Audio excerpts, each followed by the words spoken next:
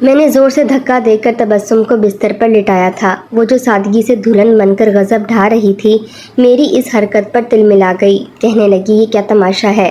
پہلے ہی آپ نے بہت کچھ برباد کر دیا ہے۔ اب میں آپ کے ساتھ اس کمرے میں نہیں رہ سکتی۔ مجھے ہاتھ لگانے کی غلطی بھی نہ کرنا۔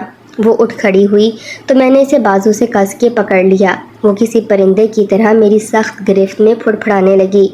میں نے غصے سے کہا کہ مت بھولو، کچھ دیر پہلے ہی تم نے خود مجھ سے نکاح قبول کیا ہے اور اب رخصت ہو کر یہاں میرے کمرے میں آئی ہو۔ اب تو تم سہاگرات کی تیاری کرو۔ میں تمہیں ہاتھ بھی لگاؤں گا اور سارے حق بھی وصول کروں گا۔ میری بات سن کر اس کے ماتھے پر بل پڑ گئے۔ غصے میں کہنے لگی، یہ تمہاری خام خیالی ہے کہ میں خود کو تمہارے سپرد کر دوں گی۔ جس طرح سے تم نے مجھ سے شادی کی ہے، میں ساری زندگی تمہاری نہیں ہو سکتی۔ جھٹکے سے اس نے اپنا بازو مجھ سے چھڑوایا تھا اور اس سے پہلے کہ وہ واش روم کا رخ کرتی، میں نے اسے تیزی سے کمر سے پکڑا اور اٹھا کر بستر پر پٹخ دیا۔ اس کی آنکھوں میں خوف کے سائے لہرا رہے تھے۔ میں نے تیزی سے اس کے بازو کو اپنے بازوؤں میں جکڑ لیا۔ اگر تم چاہتی ہو کہ میں زور زبردستی سے تمہارے وجود کو حاصل کروں تو مجھے کوئی اعتراض نہیں ہے۔ جس طرح تم نے یہ جگہ حاصل کی ہے، اسی طرح میں بھی تمہارے وجود پر قابض ہونے کا حق رکھتا ہوں۔ اس نے اس کی حیثیت کا اسے احساس دلایا تھا۔ اس کی آنکھوں میں نمی اتری۔ وہ روتے ہوئے مجھ سے کہنے لگی، مجھے معاف کر دو، مجھ سے غلطی ہو گئی۔ میرے آگے ہاتھ جوڑتے ہوئے وہ کہنے لگی، مجھ سے بھول ہو گئی۔ میں نے بس نادانی میں یہ سب کچھ کیا تھا۔ مجھے کیا پتا تھا کہ تم اپنی ضد اور خود سری میں مجھے اس جگہ پہنچا دو گے۔ اس کی بات پر میں نے غصے سے مٹھیاں بھینچ لیں۔ اس کے قریب ہوتے ہی اس کے چہرے پر اپنی سانسوں کی گرمائش چھوڑ دی۔ میں نے دھیرے سے اس کے کان میں کہا کہ تمہارے لیے یہ نادانی یا مذاق ہوگا، مگر میرے لیے یہ بات زندگی اور موت کے برابر تھی۔ جو کھیل تم نے کھیلا تھا، اس میں کسی نہ کسی کو تو جیتنا ہی تھا۔ تو دیکھ لو، جیت میرے حصے میں آ گئی اور ہار تمہیں مل گئی، لیکن یہ ہار بھی تمہارے لیے جیت ہوگی اگر تم خود کو خوشی خوشی میرے حوالے کر دو۔ میری بات پر میری نئی نویلی دلہن نے انکار میں سر ہلایا تو میں نے تیزی سے آگے بڑھ کر اس کے لبوں کو اپنے لبوں میں جکڑ لیا۔ اس کا وجود بستر پر مچلنے لگا۔ وہ خود کو مجھ سے آزاد کروانے کی کوشش کرنے لگی، لیکن میں خود پر سے اختیار کھو بیٹھا تھا۔ اس سے دور ہونا میرے بس میں نہیں تھا۔ وہ اپنی پوری جان لگانے کے باوجود بھی میرے آگے بے بس تھی۔ وہ ایک دبلی پتلی لڑکی تھی اور میں جوان مرد۔ میرے آگے اس کی ایک نہ چلی۔ وہ میری شدت کے آگے بے بس تھی اور میں اپنے جذبات سے بوجھل۔ دھیرے دھیرے رات بیت رہی تھی اور وہ میرے آگے ہارے چلی جا رہی تھی۔ کچھ ہی دیر بعد میں نے اپنی پوری طاقت سے اسے، اماں کم سے کم مجھے لڑکی کی تصویر تو دکھائیں۔ ایسے کیسے آپ نے میری شادی پکی کر دی؟ ایک بار مجھے تصویر بھی نہیں دکھائی۔ میں اماں کے سامنے بیٹھا ایک ہی بات کی تکرار کر رہا تھا، لیکن اماں کی بھی وہی بات تھی کہ شادی کے بعد دلہن کو دیکھنا۔ اپنی ماں کی پسند پر یقین رکھو۔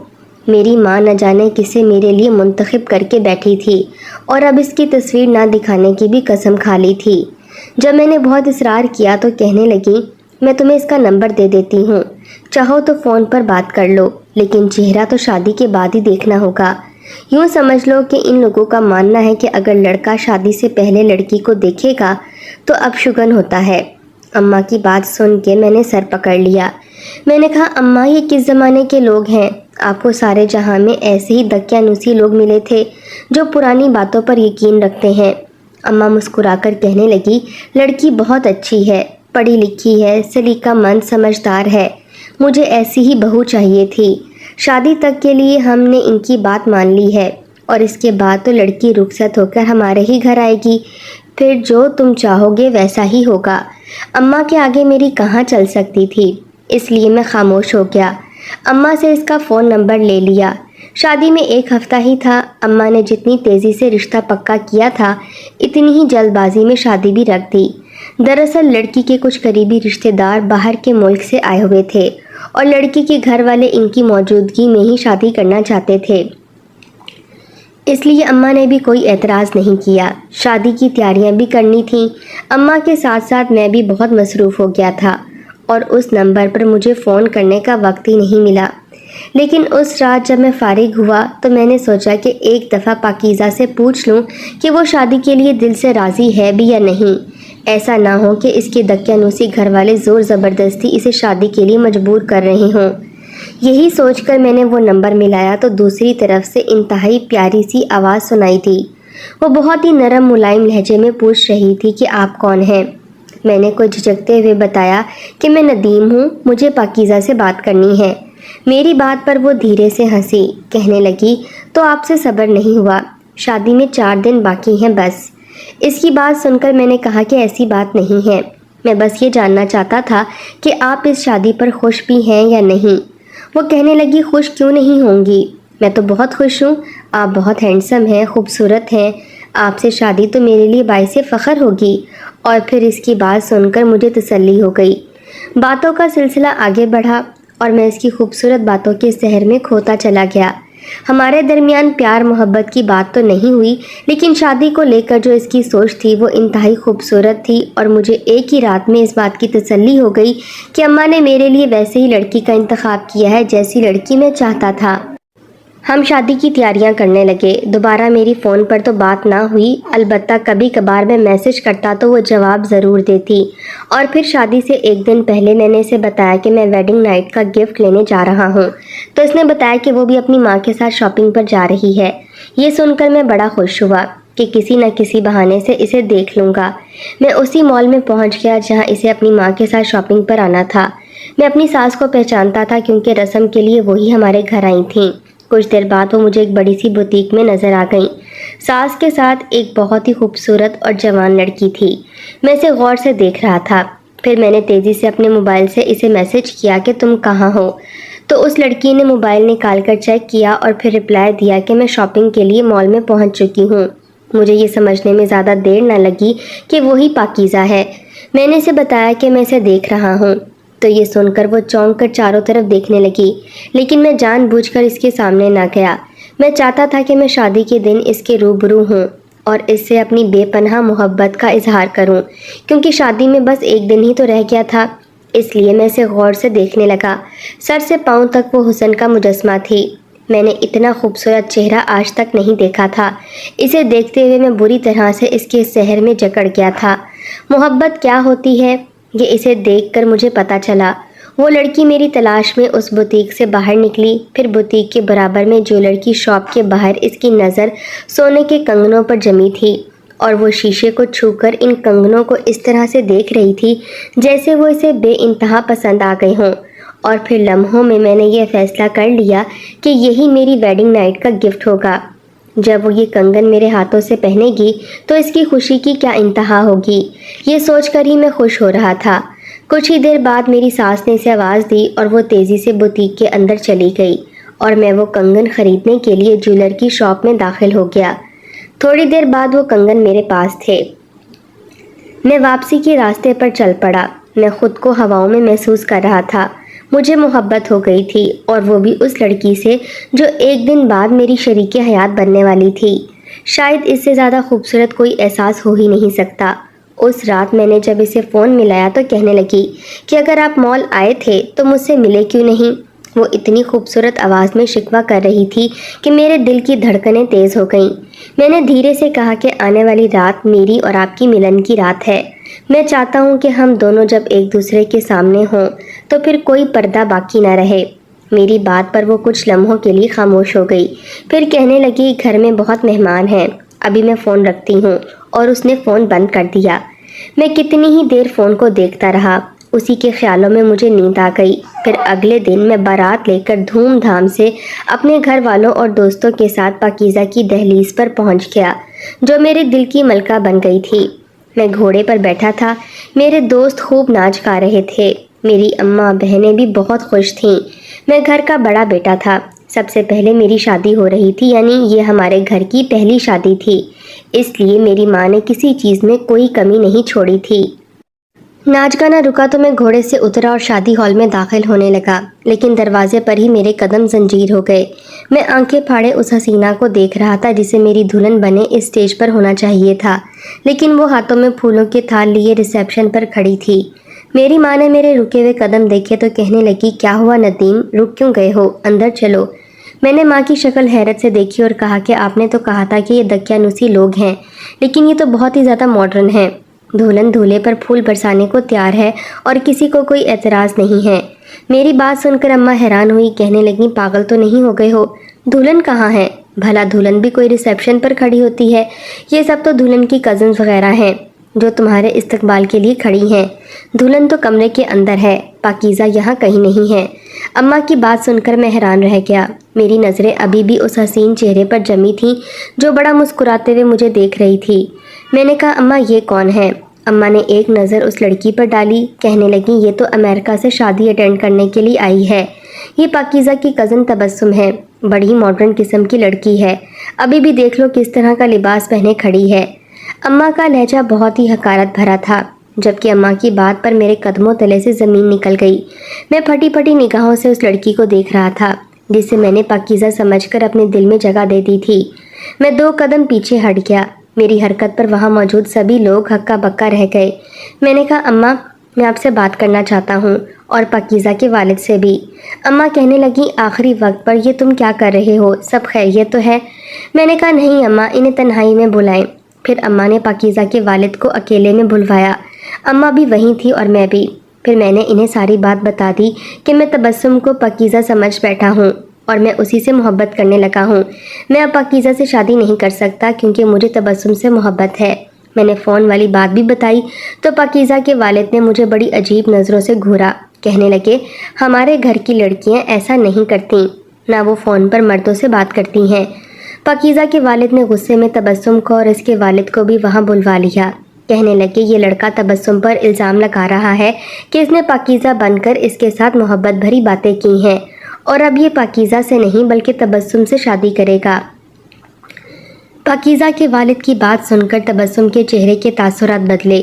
وہ پھٹی پھٹی نظروں سے مجھے دیکھتے ہوئے کہنے لگی میں نے تو بس چھوٹا سا مذاق کیا تھا۔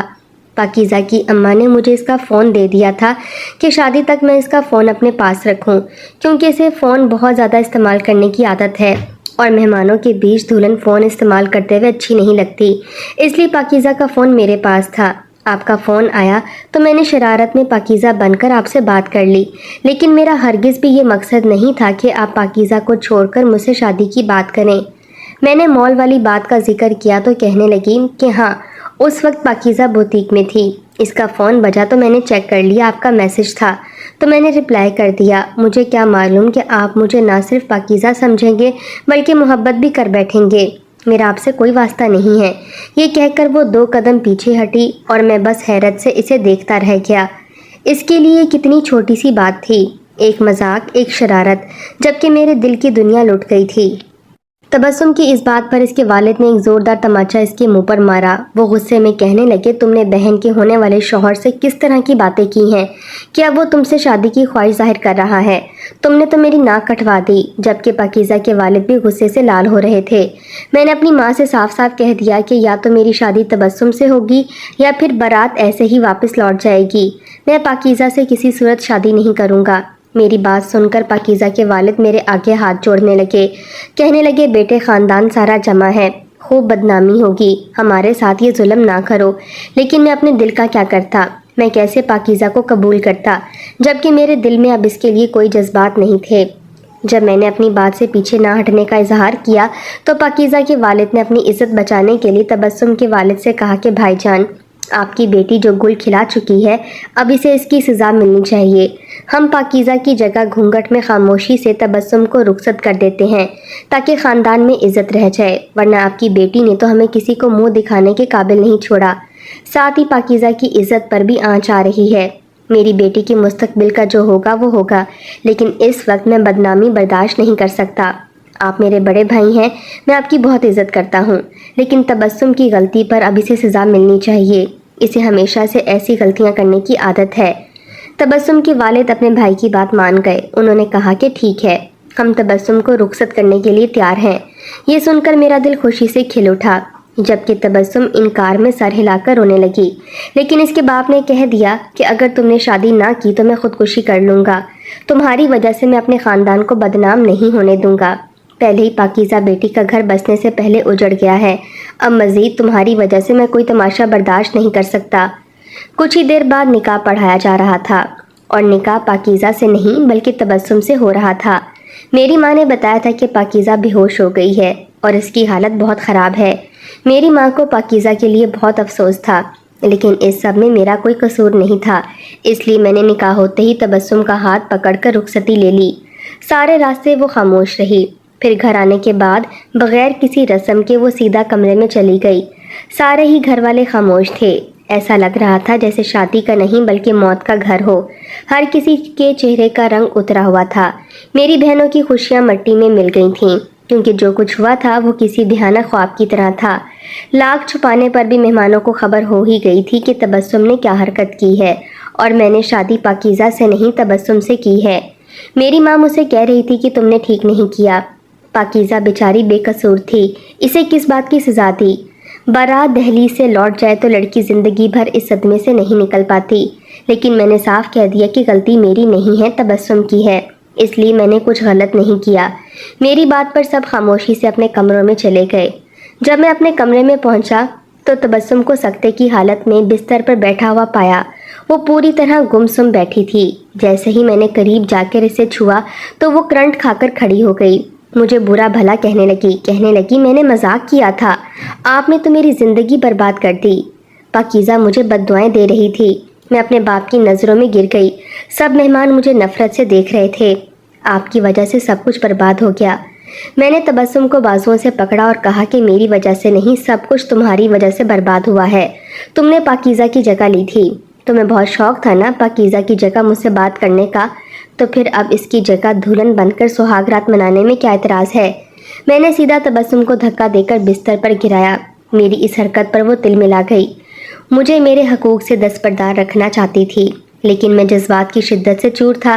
میں نے پچھلے 2 دن سے اس وقت کا بہت شدت سے انتظار کیا تھا، اس لیے بنا انتظار کیے میں اس کی قربت میں پگھلنے لگا۔